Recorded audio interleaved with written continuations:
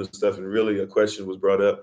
I wasn't really sure what to talk about, and the question was brought up really that is kind of what are the benefits? Everybody says, what are the benefits of being Israel, or when do the benefits come, or when do things happen? And so I just wanted to talk through a little bit based on that. And it might not take but so long to be able to do so. But I think it's more so kind of refocusing, because we think of benefits the way that the world is looking at benefits rather than certain benefits that we already partake in. So before we get into that, though, let me say hello to everybody. So hello to everybody on YouTube and TikTok. Shalom once again to my wife, the Honorable Maya, to Minister Joseph, to Minister Sonia, to Brother Ali, to Spikeman,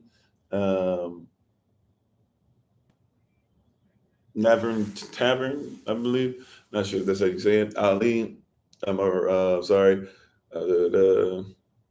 I missed somebody. Honorable. How you doing? Hello, Sister Denise, just listening in. Awesome. So when we talk about the benefits, or we talk about what benefits are there to becoming who we are, I think that in of itself is something that we should probably like kind of even look at what we just said. What are the benefits of becoming who we are, right? Is there a benefit to having a bunch of money but still feeling sad every day? Some of you have experienced that, and trying to figure out who you are, what's your purpose. Is there a benefit in being able to see yourself in the Word of Yah? How you doing, Brother TJ? Is there a benefit? See, I would say start looking at the benefits even differently. But number two, that some people might say that that's a cop out by me. Some people might say that's me rushing to kind of say something. Some people might say that's not really answering the question. And while I don't necessarily 100% agree with that, I can at least empathize with their position, right? So let's do this right here. If we're talking about benefits and privileges, because we're trying to get out of the benefits and privileges of the world, the problem is that the benefits and privileges for Israel, some people will just say, hey, we need to follow the law real quick. Let's go ahead and get that done, and then everything comes into power, right? But faith without works is dead. So I'm glad that people are starting to do the works. Some people have works without the faith. Some people have faith without works. If we're going to be holy, if we're going to be holistic, let's deal with it in this manner. Because really, every day when we talk, we're talking about the benefits. But let's deal with it Let's deal with it more specifically, and let's strategically map a little bit of this out before we get ready to take our leave, so that those who have verbalism too can be ready to get ready for that class. If we're going to talk about the benefits and privileges, once again, a lot of it is going to start with coming out of the land of your captivity. And it's going to start with the renewal of your mind. The first benefit is that the benefits come through, right? They come through, right? Like a lot of us, I talk about this often, where people are always say, I can do all things through Yahshua Mashiach, or those who still say, I can do all things I can do all things through Christ Jesus, who strengthens me. A lot of people still say that, right? And it's easy to say I can do all things through Yahshua, right? However, I can do all things through. Key point, right? Because it has to be authorized. And so we're looking for benefits and privileges. Benefits and privileges come from the person who authorizes said benefits and privileges. So if I'm going to do all things through Christ, I have to do all things through what he's given me as far as benefit and what his privileges are, right? What am I privileged? What is a privilege that I have just because I'm part of Yahshua? Now, let's start looking at these things, correct? Right? What are the privileges that I have? That we're talking about what's the benefits and privileges, right? Because we sit there, Kyrie says what he says, everybody comes down on him. Well, are there any benefits or privileges to him being himself? Kanye comes out in a similar fashion, although he wouldn't go straight down the road that Kyrie did, and he's really kind of already backtracking. He at least comes out, admits some things. Look at what happened to him. Even when it comes to those that are talking about black, Negro, Negroid, et cetera, all these different things that you can call somebody Moors, et cetera, people keep standing up and people keep going down. What is the benefit of privileges? Well, even in what's happening, I hope you guys have seen some of the benefits of privileges. Kyrie has had support from many people around the world. A movie that nobody knew about, H2N, is now something that you can at least look at, and whether you agree with it, disagree with it, you can at least listen to it and be able to get another cultural context. Kyrie literally Kyrie literally has flipped the whole thing. By the way, there were some people don't only say 100, some people say it was way more. Whatever the number was, you see that a few times now at Nets games, you've seen support. Once again, this is coming from a place of being outside of the land of your captivity, right? One of the benefits and privileges of having a community is that you actually have somebody to protect you, right? Right. Like one of the things is there to benefit from is that we can have protection. See, we haven't had it set up to where we come together. And if we come together, we only come together now in camps. So camps don't protect camps. So we still are dealing with this thing that we talked about before, where Yashdale, Israel, black folk, whatever you want to use right now to kind of think about this diaspora wise, we are not coming together as a people. But you're starting to see slowly but surely, even with the H2N stuff and reclaiming the throne and some of the other things that are out there, you're starting to see, Watchtower and his wife Debadah and all these other, or Watchmen, excuse me, and Debadah and all these other people who are out. The IC, I apologize, the brothers that are in purple, I can't remember their name, right? But the reality is that, we're looking towards these things, right? We're looking towards these things. And even before we go into Psalm 91, we can definitely go into Psalm 91, babe. I want to point out what we've been talking about in Psalm 120, right? Psalm 120, we go on Psalm 120, 121, 122, 123, 124, 125, 126. And we'll be hitting Psalm 127 tomorrow, which will be the eighth step in the order of steps, or the ode of steps, or the song of steps, the song of degrees, the song of ascent. Many different names that are similar to it, IUIC, right? So even in that, we've been discussing that first and foremost, some of this stuff is mental, right? We don't even realize the importance of needing to know our aleph still, right? But when we go into it, you have to recognize what is it? Psalm 123, verse 4. Psalm 123, verse 4 tells us that when it comes to the soul of our people, there are people who are at ease scorning us. That's Psalm 123, verse 4. And it says that they have held you in contempt. When you look up contempt, contempt means that people literally believe you deserve to be scorned. So the proud believe that you deserve to be scorned. Therefore, they hold you in contempt, and they are at ease when you are being scorned. So first things first, it's coming together in a mindset, right? As coming together where we can leave a place. Remember, when they went into the children of Israel went into the wilderness, it said they went on a 3 days journey.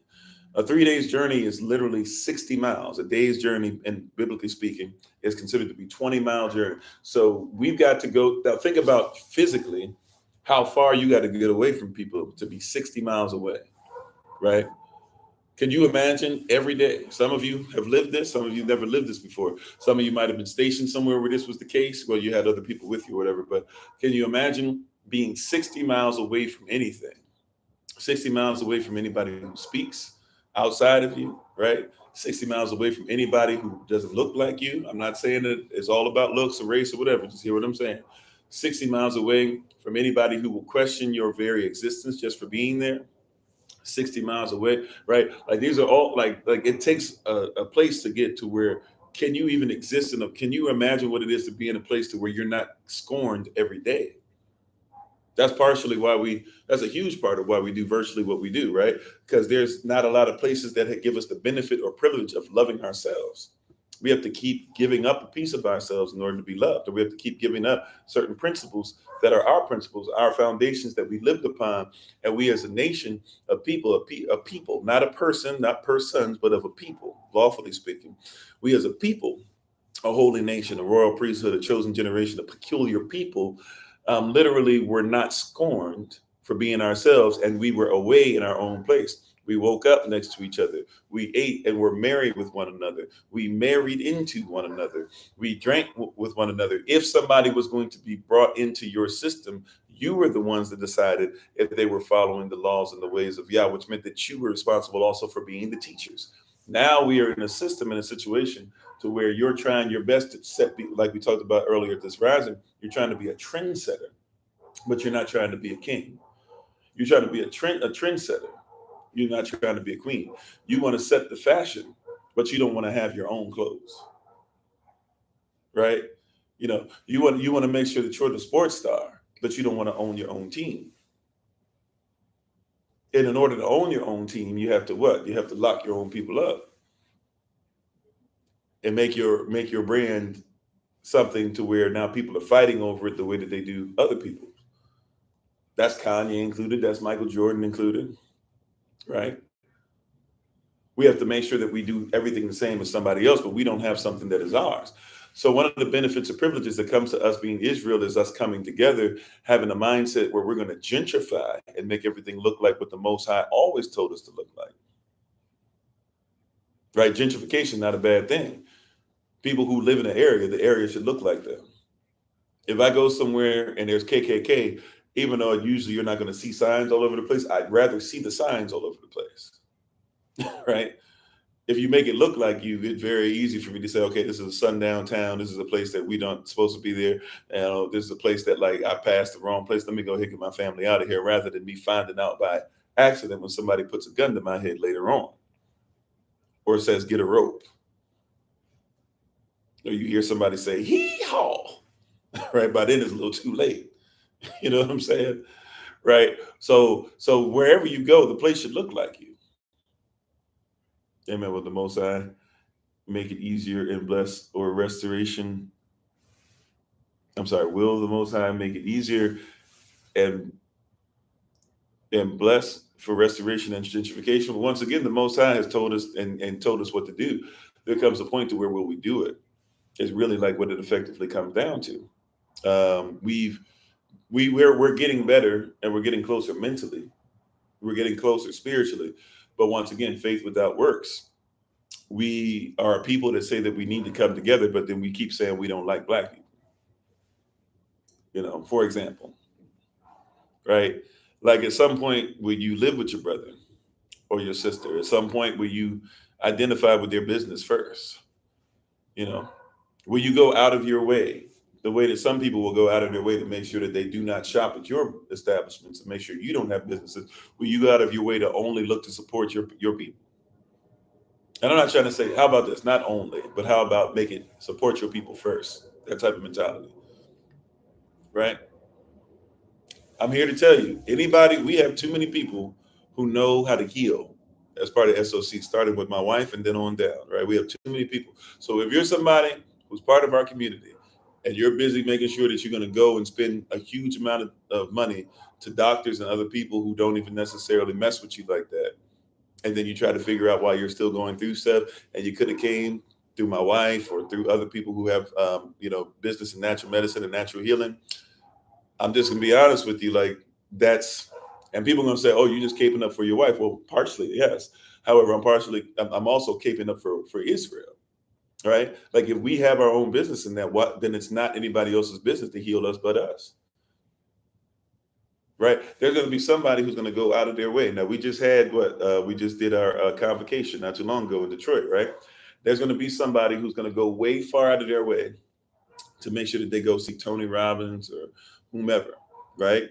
And you could easily make sure you chill with your own people at least once a year, right? But at some point, I'm sorry, would you say Kanye West have the spiritual energy to push truth forward? The rest of us who are on TikTok debating. I mean, if you would say that, Kanye West has already gone back on what he said, and Kanye didn't care enough to make sure he was taking care of us. What you thought. So I think we should be careful about that, because such as like this right now today, if you check out what we do at SOC, we've been helping people around the world for years, coming up on a decade, easy. And I mean, like, it's been more than that, but in the past decade, easily can say, like, check our resume when it comes to other countries, right? And let alone, of course, in the United States of America, being focused, whether it comes to clothing, food, making sure babies ain't sleeping on the floor, shipping food, just making sure that they're not, just eating rice only, different things like that. Yeah, and if you're somebody that needs help, once again, you can always reach out to us. Right, you can always reach out to us, and such as we have, we give unto thee. We've been saving a lot for land, so we haven't even been doing anywhere close to what we normally do, but we still do a lot, right? But I think that once again, that's where it comes to. Will we come together? We're quick to be like, oh yeah, Kyrie and Kanye, like Kanye. What is Kanye? Kanye came out in this final like, okay, hey, I want to help people. Why? Because Kanye basically got put out of town. He did the White Lives Matter thing, and he already started messing up their money. Then he came behind that and thought, okay, I was going to go ahead. Y'all let me get away with the White Lives Matter. Y'all let me go ahead and get away with saying what I'm going to say about this certain community he's talking about. He starts trying to talk about the community. Then all of a sudden they say, oh, no, you done stepped too far, to kick him to the curb. Now all of a sudden he's like, hey, y'all need to join me on this or whatever. But Kanye wasn't necessarily in our corner, and Kanye's already backtracked. Kanye has already gone to now, oh, I'm jealous of the Jews. I'm jealous of the fact they do this. I'm jealous of the fact they do that. I wish my people would do that. So I want to take on something that maybe you don't consider. Maybe I'm not even that, but I want to take on. Right. And I'm not here to denounce what Kanye did. Kanye did something righteous, but let's not act like he's 100% great and everybody who would talk about it is 100% evil. What I'm saying is, at the end of the day, no matter who it is, Kanye, Kyrie, Kofi, if you want to go there, whatever, whoever's talking, whoever's doing this, at some point, will we come together? Will we make the main thing the main thing? How you doing, Pierre? How you doing, Michael? How you doing, Rick J? Right, at some point, do you get with like-minded people and say, we'll come together right now? Right? Like I've said this before, if we had the regular, I don't even know, like we probably got regularly hundreds of people that are part of what we do, right? Whether they be on the lives or behind the scenes or whatever. If we had hundreds of people just say, we'll support each other's businesses. What is your business? What's your business? We're going to put this stuff together. We're going to work this out. We're only going to buy from within ourselves. You already started a movement. Right? If you take those hundreds of people and now we keep doing that and now we keep putting into a fund, right? We tried that already. So now we're going to do a fundraiser wise, because we didn't really have the support. Some people started, some people left. They canceled, the channel we were using at the time, and then allowed us to get it back later on once we had started the program. So they saw when we started cut down stuff. So we lost a whole bunch of people. We were getting 30-something thousand people on it live, each live session twice a day. So now, we starting from scratch on a lot of stuff. Still, it took us a long time to recover from that. That being said, if we had a couple hundred people that were like regularly, we're going to do this, we're going to tear things up, we're going to go out, we're going to sell each other stuff, we're going to sell each other as a community, we're going to sell each other on certain things, we're going to start to get our minds together. Like within a year, you ready.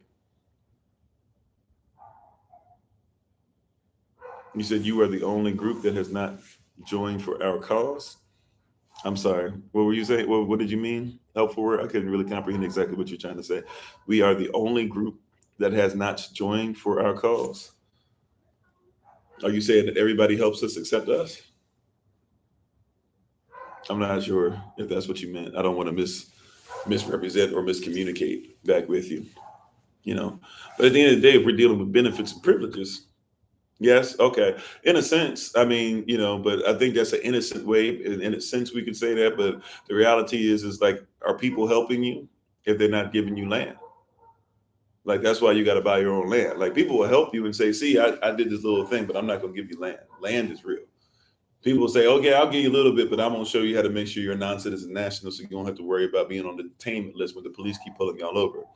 Right. They don't show you that. Right. Like, people will say, oh, okay, you guys go through the same stuff that we do. Hey, give us that Stop Asian Hate bill. Okay. Thank you very much. Hey, Black lives still matter, but I'm going to go ahead and take care of my own. Like, at some point we have to realize that we're so busy talking about everybody else helping us. And really what I've told us before is we need to stop worrying about reparations so much. I'm not saying we don't deserve it, but we got to start with inward reparations. If people have already shown they'll pay somebody else your reparations, the slave master and others, people who even say to be you, if they'll pay them that before they'll pay you, if they'll give them that before they give you that, you got to be in a position where you say, no, I'm done with that. I'm sorry, you said she mess as me. We are the only one that doesn't have our own backs with each other. Okay, so she miss you with that type of thing. Well, once again, yeah. So that's what I'm saying. First things first. There has to be a correction. And I don't know who she is. Are you talking about Candace Owens, or I don't know who you're talking about, but regardless of who it is that you're talking about, like, we have to be in a position to where we recognize that, we have to be in a position where we straight up decide and make a decision together as a people that we're going to do something for ourselves. And you're not going to get help from anybody else on this, the Most High. Right. But you're not going to get help from everybody. Everybody else is not looking. Everybody else benefits off of your. See, that's why you need different benefits and privileges. See, in this system, everybody benefits off of your suffering. How many people benefited by just saying something bad about Kyrie or Kanye? How easy was that? I'm sorry, what you say? Repair ourselves in order to come keep managing, maintaining reparations. Okay, amen. Yeah, or you said when Yahweh or brought us out of Babylon, He made sure we had all we needed and deserved. Let Yahweh have His way and be ready to move when He commands. Amen. All right. So yeah, like these are the things that we have to ask ourselves. Is we have to ask ourselves um, once again, like how much benefit does everybody else get off of you in this system? You might as well create a system where you benefit from yourself. In this system, you don't. And so the thing that people are afraid of is to come together. And really, see, I don't want to really do because really I don't want to be at a place to where I mess with people because people will take this and not move correctly or not.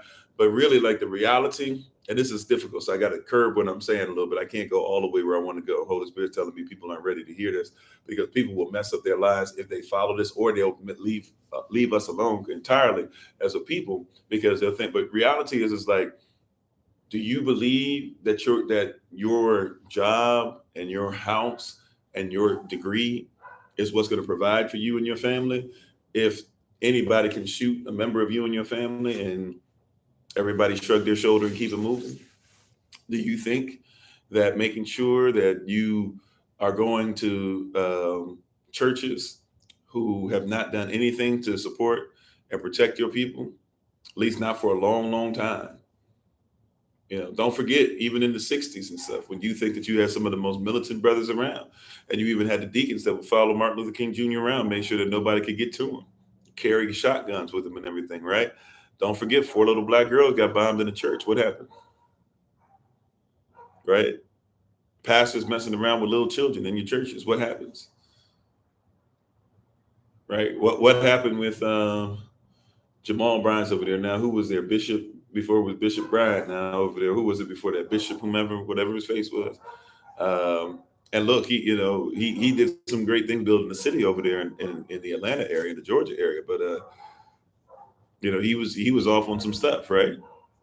you know, but we don't have anything that protects us. See, one of the benefits or privileges of coming together says that at some point we're going to decide, Bishop Eddie Long, thank you. At some point, we got to make a decision. Will we protect ourselves? Right? What are the benefits and privileges of the Bible? I once was young and now I'm old and I've never seen the righteous forsaken nor his seed begging bread. Put that with Revelation 22, verse 2, that says that the herbs are for the healings of the nations. That means that we should be dealing with stuff, including tithes, but a lot of our tithes even came from the food. So can you grow enough food to where people can live, even if they don't have enough money to, they can live just off the 10%. You were supposed to leave 10% of that so that everybody would be able to take care and be ate. If you would bring ye the tithes into the storehouse, that there might be meat in mine house. That's what the Most High says, right? Then he said that he's going to pour you out the blessing. This is all holiness, holy, being whole. I'm literally not taking pieces of scripture, but I'm taking the whole scripture and saying, let's live by the whole thing. How many of us would be whole if our families were whole? If we knew what marriage was before we got married, and if we were pre-qualified for it, the way the Bible said, for he who finds a wife, are you a wife? And if you're a wife, when you are found, you should be found by a husband, not by a man. Are you trained to be a mother? Are you trained to be a father? Are you trained to be to go through the what we might call rites of passage, or even like we were talking about earlier, the songs of degrees in Psalm 120 through 134?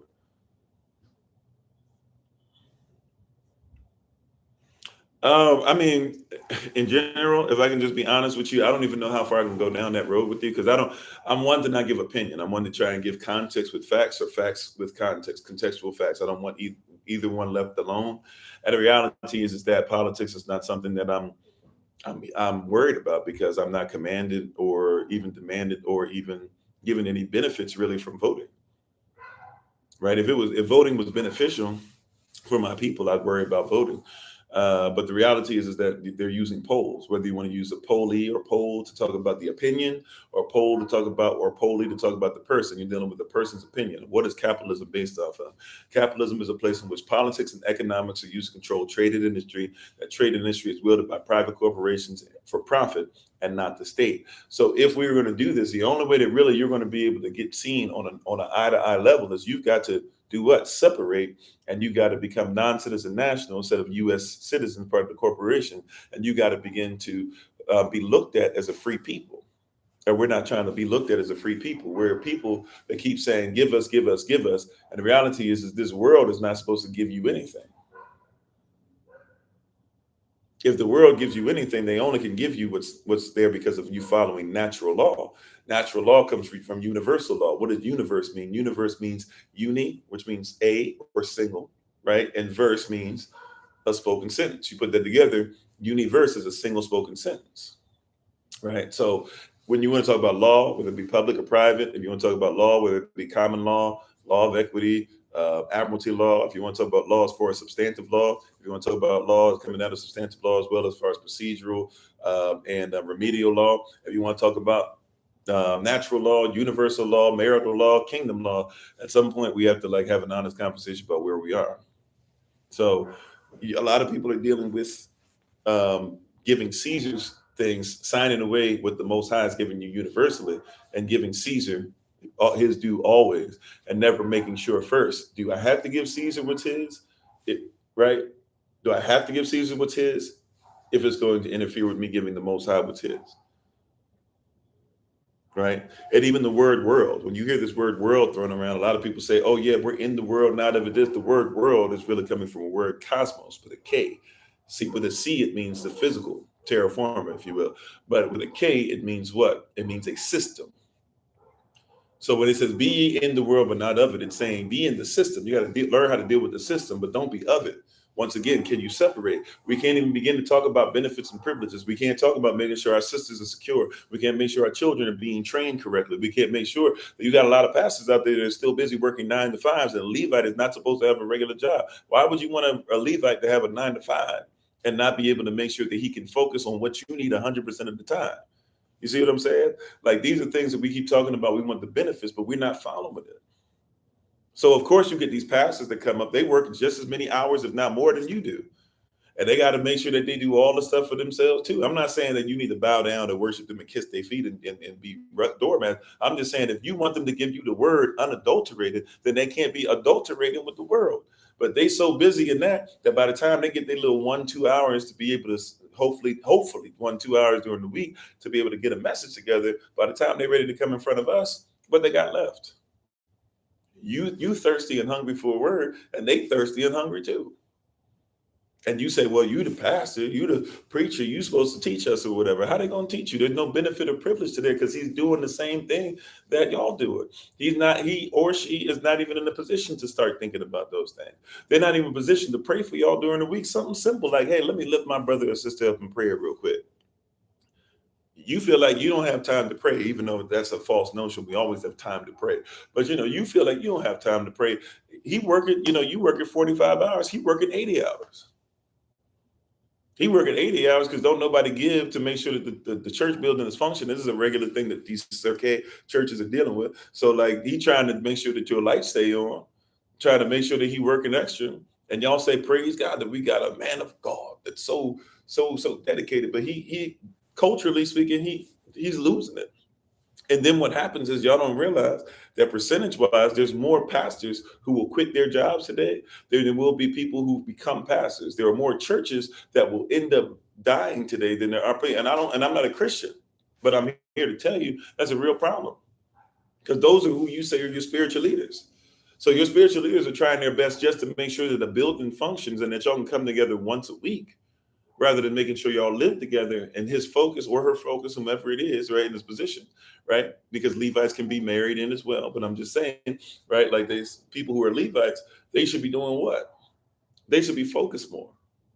But once again, that's a benefit or a privilege we don't get from a Levite because they have to focus on everything else except the people of Yah, right?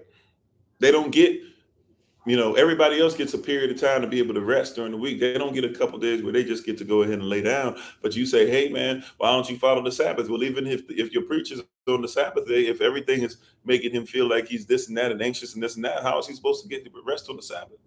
How you doing, Sister Kendra? Right?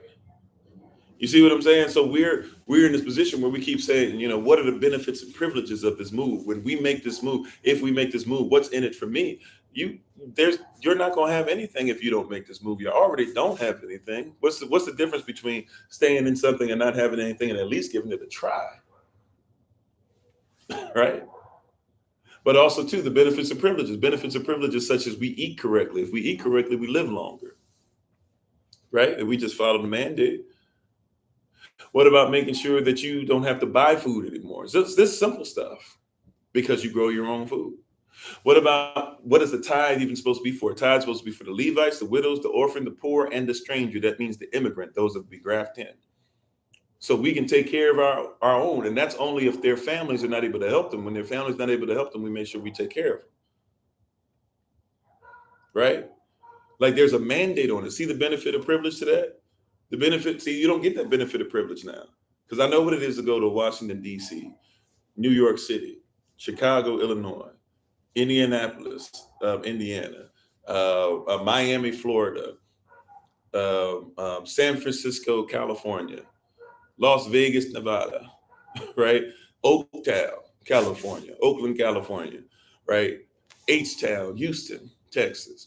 All these different places that we've gone to, and to go there and see people. Denver, Colorado, that's one that'll mess you up because you ain't really, a lot of people ain't prepared to see the homelessness in Denver that you really gonna see. And the homelessness there is wild because they got a really small city, and then outside of that, it ain't nothing but just wilderness, right? It's just nothing but wilderness.